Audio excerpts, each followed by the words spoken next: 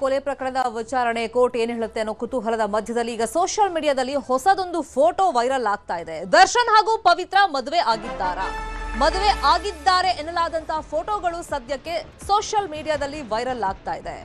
ಪವಿತ್ರ ಕೊರಳಲ್ಲಿ ತಾಳಿ ಇರುವಂತಹ ಫೋಟೋಗಳು ವೈರಲ್ ಆಗ್ತಾ ಇದೆ. ಈ ಫೋಟೋವನ್ನ ಮದುವೆ ದಿನ ತೆಗೆಸ್ಕೊಂಡಿದ್ರು ಅಂತ ಹೇಳಲಾಗ್ತಾ ಇದೆ. ಇಲ್ಲಿ ದರ್ಶನ್ ಮತ್ತೆ ಪವಿತ್ರ ಇಬ್ರು ಮದುಮಕ್ಕಳಂತೆ ಕಂಗೊಳಿಸ್ತಾ ಇದ್ದಾರೆ. ಫೋಟೋದಲ್ಲಿ ಮದುವೆಯ ಸಾಂಪ್ರದಾಯಿಕ ಉಡುಗೆಯಲ್ಲಿರುವಂತ ಜೋಡಿ, ಕತ್ತಲ್ ತಾಳಿ ಬೇರೆ ಇದೆ. ಸದ್ಯಕ್ಕೆ ಈ ಫೋಟೋಸ್ ವೈರಲ್ ಆಗ್ತಾ ಇದೆ. ಮದುವೆ ದಿನ ಈ ಫೋಟೋವನ್ನ ಇಬ್ರು ತೆಗೆಸ್ಕೊಂಡಿದ್ರು ಅಂತಾನೂ ಕೂಡ ಮಾತುಗಳು ಕೇಳಿ ಬರ್ತಾ ಇದೆ. ಮದುವೆಯ ಸಾಂಪ್ರದಾಯಿಕ ಉಡುಗೆಯಲ್ಲಿ ಈ ಜೋಡಿ ಇದೆ, ಅಂದ್ರೆ ದರ್ಶನ್ ಮತ್ತೆ ಪವಿತ್ರ ಗೌಡ ಇಬ್ರು ಇದ್ದಾರೆ. ಸೋಷಿಯಲ್ ಮೀಡಿಯಾದಲ್ಲಿ ಇವತ್ತು ಸಾಕಷ್ಟು ವೈರಲ್ ಆಗ್ತಿರುವಂತ ಫೋಟೋಸ್ ಇದು. ಆ ಫೋಟೋಸ್ ಗಮನಿಸ್ತಾ ಇದ್ದೀವಿ. ಇದು ಮದುವೆ ದಿನ ಇವರಿಬ್ರು ತೆಗೆಸ್ಕೊಂಡಿರೋ ಫೋಟೋಸ್ ಅಂತ ಹೇಳಲಾಗ್ತಾ ಇದೆ. ಕತ್ತಲ್ ತಾಳಿಯನ್ನು ಗಮನಿಸ್ತಾ ಇದ್ದೀವಿ. ಮತ್ತೆ ಇಬ್ರು ಈ ಮದುವೆ ದಿನ ಎಷ್ಟು ಗ್ರ್ಯಾಂಡ್ ಆಗಿ ರೆಡಿ ಆಗಿರ್ತಾರಲ್ಲ ಅದೇ ರೀತಿ ಕಾಣಿಸ್ತಾ ಇದ್ದಾರೆ. ಪವಿತ್ರ ಕೊರಳಲ್ಲಿ ತಾಳಿ ಇದೆ, ಸಾಂಪ್ರದಾಯಿಕ ಉಡುಗೆಯಲ್ಲಿ ಇಬ್ರು ಇದ್ದಾರೆ. ಮದುವೆ ದಿನ ಈ ಫೋಟೋ ಇಬ್ರು ತೆಕ್ಕೊಂಡಿದ್ದಾರೆ ಅಂತ ಹೇಳಲಾಗ್ತಾ ಇದೆ.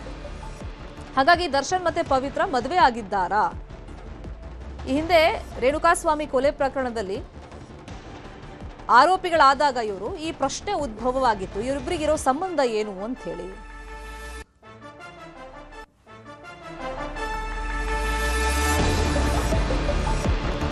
ಇದರ ವಿಷಯವಾಗಿ ಇನ್ನಷ್ಟು ಡೀಟೇಲ್ ಆಗಿ ಇನ್ಫಾರ್ಮೇಶನ್ ಕೊಡ್ತಾ ಹೋಗೋದಕ್ಕೆ ನ್ಯೂಸ್ ರೂಮ್ ಇಂದ ನೇರ ಸಂಪರ್ಕದಲ್ಲಿ ಕನೆಕ್ಟ್ ಆಗಿದ್ದಾರೆ ನಮ್ಮ ರಿಪೋರ್ಟರ್ ಗೀತಾ. ರೇಣುಕಾಸ್ವಾಮಿ ಕೊಲೆ ಪ್ರಕರಣದಲ್ಲಿ ಇಬ್ರು ಆರೋಪಿಗಳಾದಾಗ ಇಂಥದ್ದೊಂದು ಪ್ರಶ್ನೆ ಉದ್ಭವವಾಗಿತ್ತು. ಇವರಿಬ್ರು ಮದುವೆ ಆಗಿದಾರ, ಲಿವಿಂಗ್ ಟುಗೆದರ್ ರಿಲೇಶನ್ಶಿಪ್ ಅಲ್ಲಿ ಇದಾರ, ಸ್ನೇಹಿತರ, ಯಾವ ತರ ಸಂಬಂಧ ಇವ್ರದ್ದು ಅಂತ ಹೇಳಿ ಕಾನೂನು ರೀತಿಯಲ್ಲೂ ಅಂದ್ರೆ ಕೋರ್ಟ್ ನಲ್ಲೂ ಕೂಡ ಈ ಪ್ರಶ್ನೆ ಉದ್ಭವವಾಗಿತ್ತು. ಈಗ ಒಂದು ಫೋಟೋ ವೈರಲ್ ಆಗ್ತಾ ಇದೆ. ಇದು ಯಾವಾಗ ತೆಗೆಸ್ಕೊಂಡಿದ್ದಂತೆ ಗೀತಾ? ಸದ್ಯಕ್ಕೆ ಸೋಷಿಯಲ್ ಮೀಡಿಯಾದಲ್ಲಿ ಈ ಫೋಟೋ ಯಾವ ತರ ಹಲ್ಚಲ್ ಎಬ್ಸಿದೆ? ಖಂಡಿತ. ಯಾಕಂತ ಹೇಳಿದ್ರೆ ಜಗ್ಗೂದಾದ ಸಿನಿಮಾ ಟೈಮಲ್ಲಿ ಪವಿತ್ರ ಗೌಡ ಅವರು ದರ್ಶನ್ ರವರಿಗೆ ಪರಿಚಯ ಆಗಿದ್ರು ಅನ್ನುವಂಥ ವಿಚಾರ ಎಲ್ರಿಗೂ ಕೂಡ ಗೊತ್ತಿರುವಂಥದ್ದು.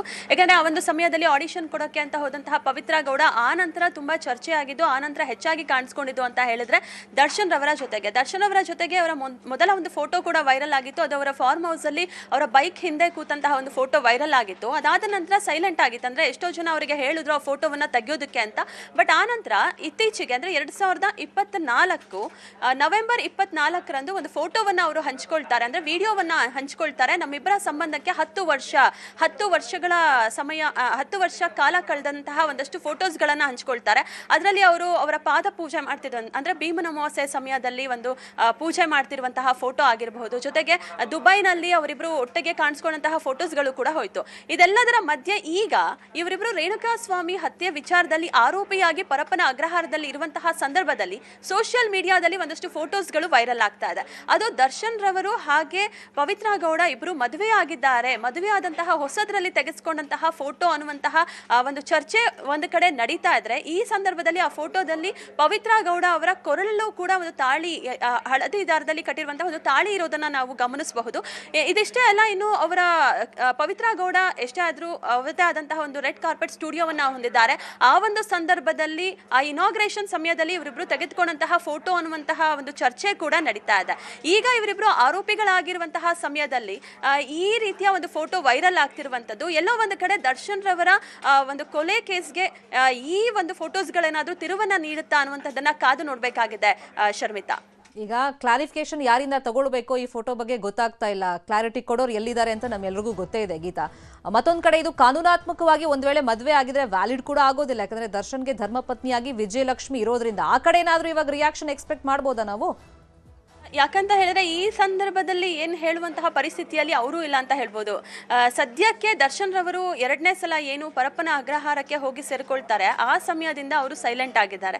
ಯಾವ ಒಂದು ಸೋಷಿಯಲ್ ಮೀಡಿಯಾದಲ್ಲೂ ಅಷ್ಟೊಂದು ಆಕ್ಟಿವ್ ಆಗಿರೋದನ್ನ ನಾವು ಗಮನಿಸೋಕ್ಕಾಗಲ್ಲ. ಜೊತೆಗೆ ಪವಿತ್ರ ಗೌಡ ಹಾಗೆ ದರ್ಶನ್ ರವರ ವಿಚಾರ ಅಂತ ಹೇಳಿದ್ರೆ ಅವರು ಹೇಳುವಂಥದ್ದು ಒಂದು ಮೌನ ಅಷ್ಟೇ, ಮೌನಕ್ಕೆ ಶರಣಾಗಿರೋದನ್ನ ಬಿಟ್ರೆ ಯಾರು ಈ ಒಂದು ಫೋಟೋಸ್ಗಳಿಗೆ ಉತ್ತರ ಕೊಡ್ತಾರೆ ಅನ್ನೋದನ್ನ ಕಾದ್ ನೋಡ್ಬೇಕಾಗಿದೆ. ಯಾಕಂತ ಹೇಳಿದ್ರೆ ಇದು ಸೋಷಿಯಲ್ ಮೀಡಿಯಾದಲ್ಲಿ ಇದ್ದಕ್ಕಿದ್ದಂತೆ ಈ ಒಂದು ಫೋಟೋಸ್ಗಳು ವೈರಲ್ ಆಗ್ತಿರುವಂತದ್ದು. ಇದಕ್ಕೆಲ್ಲ ಉತ್ತರ ಕೊಡಬೇಕಾಗಿರೋರು ಒಂದು ಉತ್ತರವನ್ನ ಕೊಟ್ಟಿದ್ದೇ ಆದ್ರೆ ಖಂಡಿತವಾಗ್ಲೂ ಇದು ಕೇಸ್ಗೂ ಕೂಡ ಒಂದಷ್ಟು ಎಫೆಕ್ಟ್ ಆಗುವಂತಹ ಸಾಧ್ಯತೆ ಇದೆ. ಯಾಕಂತ ಹೇಳಿದ್ರೆ ನೀವೀಗ ಮುಂಚೆನೆ ಹೇಳ್ದಾಗೆ ವಿಜಯಲಕ್ಷ್ಮಿ ಅವರು ದರ್ಶನ್ ರವರ ಪತ್ನಿ ಅನ್ನುವಂಥದ್ದು, ಆದ್ರೆ ಪತ್ನಿಗೆ ವಿಚ್ಛೇದನ ನೀಡದೇನೆ ಪವಿತ್ರ ಗೌಡ ಅವರನ್ನ ಅವರು ಮದುವೆ ಆಗಿದ್ರು ಅಂತ ಹೇಳಿದ್ದೆ ಆದ್ರೆ ಅದು ಕೂಡ ಕಾನೂನಿನ ರೀತಿಯಲ್ಲಿ ಒಂದಷ್ಟು ತೊಡಕನ್ನ ಉಂಟು ಮಾಡುತ್ತೆ ದರ್ಶನ್ ರವರ ವಿಚಾರದಲ್ಲಿ. ಇದೆಲ್ಲದಕ್ಕೂ ಕೂಡ ಬಹುಶಃ ವಿಜಯಲಕ್ಷ್ಮಿ ಅವರ ಒಂದು ಮೌನವೇ ಉತ್ತರ ಅಂತ ಅಂದ್ಕೊಂಡ್ರು ಕೂಡ ತಪ್ಪಾಗಲ್ಲ ಶರ್ಮಿತಾ. ಫಾಲೋ ಅಪ್ ಮಾಡೋಣ ಸುದ್ದಿಯನ್ನ. Thank you Geetha.